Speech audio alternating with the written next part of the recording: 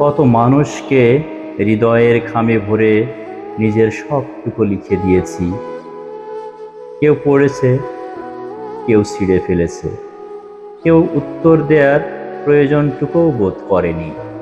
প্রিয় বন্ধুরা, আবারও আপনাদেরকে একটি ভালো লাগার কবিতা, ভালোবাসার কবিতা আপনাদেরকে আবৃত্তি করে শোনাবো। আমার নিজের লেখা কবিতা পুরো চিঠি, কবি মোহাম্মদ নাসির উদ্দিন।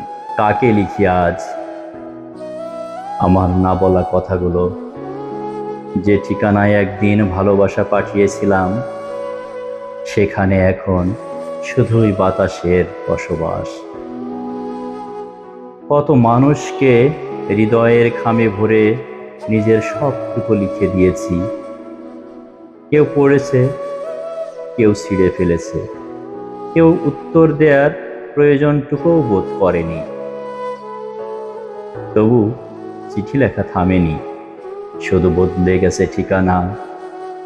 এখন আর কারো দরজায় কড়া নাড়ি না,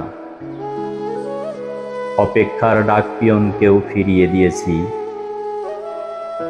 আজকাল নিজেকেই লিখি চিঠি, কেমন আছো?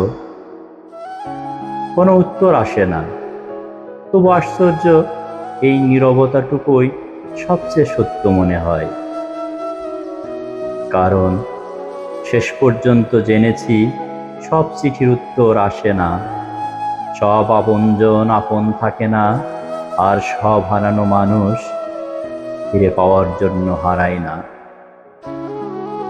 কিছু চিঠি ঠিকানাহীনই ভালো, বাতাসে উড়ে যাক, যার কাছে পৌঁছানোর কথা ছিল না, হয়তো একদিন তার কাছেই পৌঁছে যাবে। ধন্যবাদ বন্ধুরা। ছোট্ট একটা সুন্দর কবিতা, আবেগের কবিতা, ভালোবাসার কবিতা। আশা করি সবার ভালো লাগবে। ধন্যবাদ সবাইকে।